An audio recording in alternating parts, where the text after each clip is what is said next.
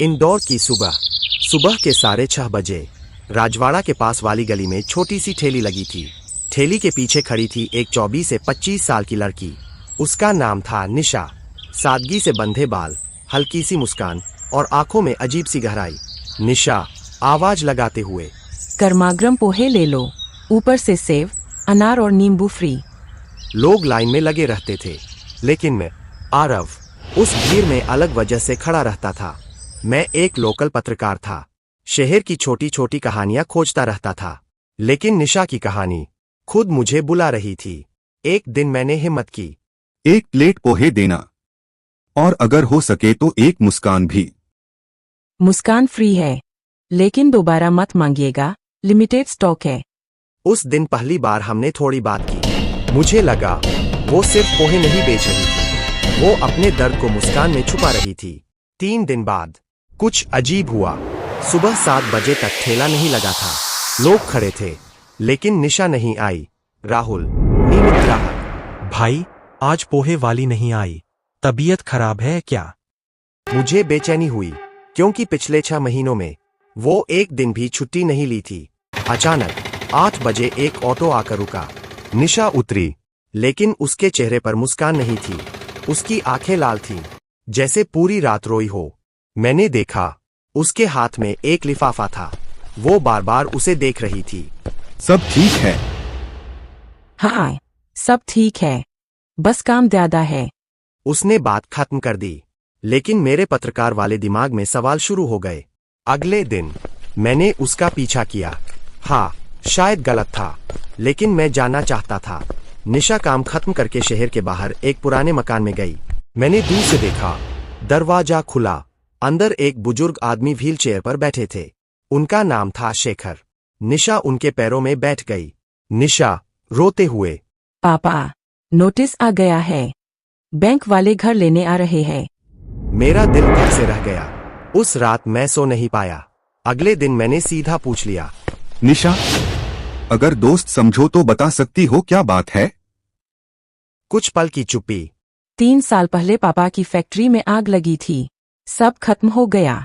इलाज, कर्ज, बैंक, सब मिलाकर 18 लाख का लोन हो गया। अब घर गिरवी है। अगर 1 हफ्ते में पैसे नहीं दिए तो घर चला जाएगा। मैं स्तब्ध था। और तुम अकेले? ये सब? निशा आंखों में आंसू दबाते हुए, माँ नहीं रही, रिश्तेदारों ने साथ छोड़ दिया, बस ये खेला है और मेरी मेहनत। उसी शाम 2 आदमी ठेले पर आए। पहला आदमी विक्रम, स्थानीय बिल्डर। दूसरा उसका साथी संदीप। विक्रम, देखो लड़की, ये जगह हमारी है, कल से यहाँ ठेला नहीं लगेगा। पर मैं रोज यहाँ लगाती हूँ, नगर निगम की परमिशन है। परमिशन तो हम देते हैं। मैंने वीडियो रिकॉर्ड कर लिया। मुझे समझ आ गया, ये लोग निशा को हटाना चाहते हैं। रात को मैंने अपने अखबार के एडिटर मीरा मैम से बात की। आरव, अगर ये बिल्डर वाकई लोगों को धमका रहा है तो ये बड़ी खबर है। हमने जांच शुरू की। पता चला विक्रम वही आदमी था जिसने शेखर की फैक्ट्री को इंश्योरेंस क्लेम के लिए आग लगवाई थी। मेरा खून खौल उठा। अगली सुबह विक्रम फिर आया। आज आखिरी दिन है, समझ गई ना? इस बार निशा चुप नहीं रही। आपने मेरी फैक्ट्री जलाई, मेरे पापा की जिंदगी बर्बाद की, अब मेरा ठेला भी छीनना चाहते हैं। विक्रम चौंक गया। साबित कर सकती हो? तभी मैं आगे आया। साबित हम करेंगे, पूरा शहर देखेगा। हमने वीडियो और पूरी जांच की खबर छाप दी। सोशल मीडिया पर पोहे वाली ट्रेंड करने लगा।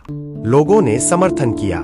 किसी ने 500 रुपए दिए, किसी ने 1000। एक हफ्ते में 12 लाख जमा हो गए, लेकिन अभी भी 6 लाख कम थे। एक दिन सुबह ठेले पर भीड़ लगी थी। एक बुजुर्ग महिला आगे आई। महिला कमला आंटी। बेटी, तेरी माँ मेरी सहेली थी, ये घर बचा ले। उन्होंने 6 लाख का चेक दिया। निशा फूट फूट कर रो पड़ी। आंटी, मैं ये एहसान कैसे चुकाऊं? बेटी, बस अपनी मुस्कान मत खोना। पुलिस ने जांच शुरू की। इंश्योरेंस फ्रॉड और धमकी के केस में विक्रम गिरफ्तार हुआ। शेखर जी का घर बच गया। और उस दिन निशा ने पहली बार खुलकर हंसी। मैंने सोचा कहानी खत्म हो गई, लेकिन एक दिन निशा ने कहा। आरव, मैं ठेला बंद कर रही हूँ। मैं चौंका। क्यों? अब मैं एक छोटी सी दुकान खोलूंगी। नाम होगा माँ के हाथों का पोहा। मैंने मुस्कुराते हुए पूछा। और स्टोरी टेलर को क्या मिलेगा? निशा शरारत से।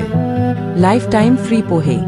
6 महीने बाद राजवाड़ा के पास एक छोटी सी दुकान। बोर्ड पर लिखा था, माँ के हाथों का पोहा, निशा शेखर। भीड़ पहले से ज्यादा थी। शेखर जी काउंटर पर बैठे मुस्कुरा रहे थे और मैं कैमरे के सामने खड़ा था। दोस्तों, ये कहानी सिर्फ एक पोहे वाली की नहीं है। ये कहानी है हिम्मत की। ये कहानी है उस लड़की की जिसने ठेले से शुरुआत की और पूरे शहर का दिल जीत लिया। कभी कभी जिंदगी हमें तोड़ने की कोशिश करती है, लेकिन अगर हम डटे रहें, तो वही जिंदगी हमें पहचान भी देती है। निशा कैमरे के पास आई। अगर कभी इंदौर आओ तो पोहे जरूर खाना। और हाँ, किसी की मुस्कान के पीछे छुपी कहानी जानने की कोशिश करना। आप सोच रहे होंगे, बिल्डर जेल गया, दुकान खुल गई, सब ठीक हो गया।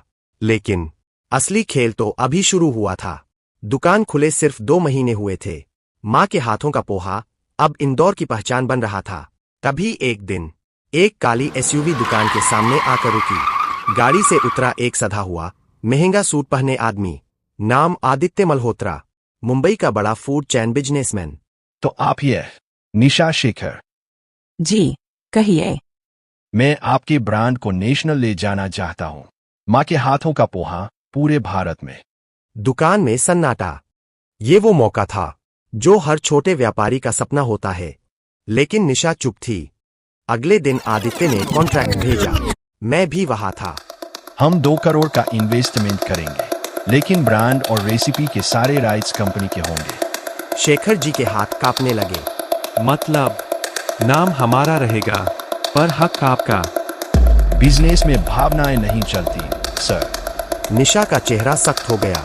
उसी रात दुकान के शटर पर लाल पेन से लिखा मिला, ना मत कहना वरना पछताओगी। निशा घबरा गई। आरव, ये वही लोग हैं क्या? मेरे दिमाग में शक की घंटी बजी। क्या आदित्य सिर्फ बिजनेस कर रहा था या कुछ और? मैंने अपने पत्रकार वाले दिमाग को फिर काम पर लगाया। मुंबई में आदित्य की कंपनी के बारे में खोजबीन शुरू की और जो सामने आया वो चौंकाने वाला था। 3 साल पहले मुंबई में एक छोटी फूड स्टार्टअप ने घर का स्वाद नाम से बिजनेस शुरू किया था। कुछ महीनों में कंपनी बंद, मालिक गायब और उसके बाद उसी आइडिया के साथ आदित्य की कंपनी लॉन्च। मैं मुंबई गया। वहां उस बंद स्टार्टअप के पूर्व शेफ से मिला, नाम समीर। आदित्य पहले पार्टनर था, फिर उसने कॉन्ट्रैक्ट में ऐसा क्लॉज डाला कि सब कुछ उसके नाम हो गया। हम कोर्ट भी नहीं जा सके। अब सब साफ था। मैं इंदौर लौटा। निशा, वो तुम्हारे साथ भी यही करेगा। निशा चुप रही। लेकिन अगर मैं मना कर दूं, तो वो हमें बर्बाद कर देगा। शेखर जी ने व्हील चेयर से उठने की कोशिश की। बेटी, हमने घर बचाया है इज्जत से। उसे पैसों के लिए मत बेचना। निशा की आंखों में आंसू थे। एक तरफ सपने, दूसरी तरफ आत्मसम्मान। अगले दिन निशा ने बड़ा फैसला लिया। दुकान के बाहर कैमरे के सामने खड़ी हुई। निशा लाइव वीडियो में। दोस्तों, मुझे 2 करोड़ का ऑफर मिला है, लेकिन उसकी कीमत है मेरी माँ की रेसिपी, मेरा नाम, मेरी पहचान। क्या मैं इसे बेच दूं? वीडियो वायरल हो गया। लोग कमेंट करने लगे, मत बेचो, हम तुम्हारे साथ हैं, क्राउड फंडिंग करो। आदित्य गुस्से में दुकान पहुंचा। तुम्हें लगता है भीड़ तुम्हें बचा लेगी? निशा डरते हुए भी मजबूत। भीड़ नहीं, भरोसा। तभी मैंने कैमरा ऑन कर दिया। सब लाइव है मिस्टर मल्होत्रा। आदित्य का चेहरा उतर गया। कुछ दिनों बाद नगर निगम से नोटिस आया। दुकान का लाइसेंस रद्द। साफ था, ये आदित्य की चाल थी। निशा टूट गई। निशा रोते हुए। मैंने गलत कर दिया क्या? तभी एक चौंकाने वाला मोड़ आया। कमला आंटी फिर आई, लेकिन इस बार अकेली नहीं। उनके साथ थे राजीव वर्मा, राज्य के फूड सेफ्टी कमिश्नर। बेटी, तुम्हारा लाइसेंस रद्द नहीं हुआ, ये फर्जी नोटिस है। मैंने तुरंत डॉक्यूमेंट चेक किए। फर्जी साइन, फर्जी मुहर। पुलिस बुला ली गई। आदित्य के खिलाफ धोखाधड़ी और धमकी का केस दर्ज हुआ। 3 महीने बाद आदित्य की कंपनी पर जांच बैठी। शेयर गिर गए।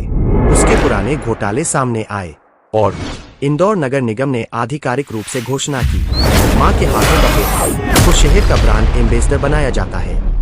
दुकान के सामने भी निशा रिबन काट रही है। ये जीत मेरी नहीं, आप सबकी है। शेखर जी की आंखों में गर्व। मैं कैमरे की तरफ देखता हूँ।